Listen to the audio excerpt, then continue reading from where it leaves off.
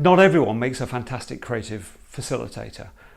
There are certain key characteristics that you want to look for. The management of energy flow is absolutely critically important. Silence kills creativity. What the facilitator needs to do is drive the team of people to maximum excitement, if you like. Energy is vitally important, and the orchestrator of that energy, the injector of that energy, has to be the facilitator. What you're also looking to do is to have a very high level of engagement. You are desperately interested in what absolutely everyone in the room has to offer. You don't want anyone sitting quiet. You need the skills to gently grab hold of them and bring them into the process.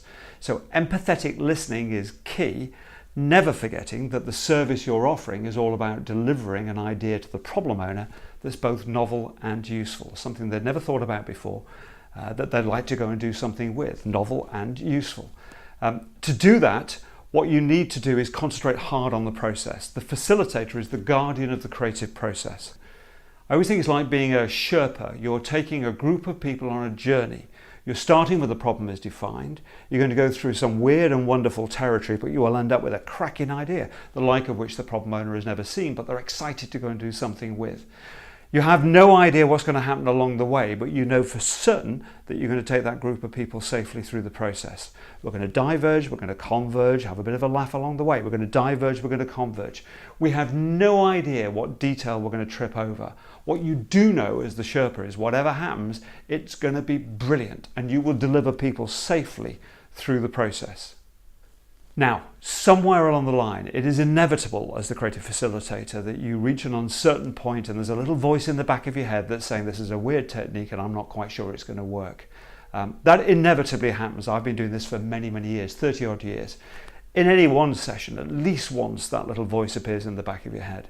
The trick as the creative facilitator is don't let your face show it.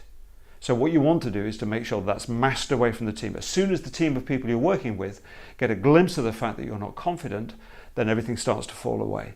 So another key characteristic of the creative facilitator is total confidence in the techniques. Unbounding confidence, carrying people through the process to deliver the outcome for the problem owner. Through practice, the creative facilitator will get to a position where they're totally confident in the creative techniques.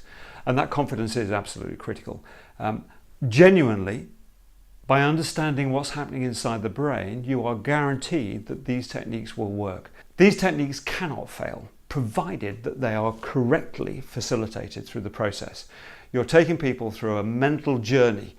If you have confidence in that journey, these techniques will not fail.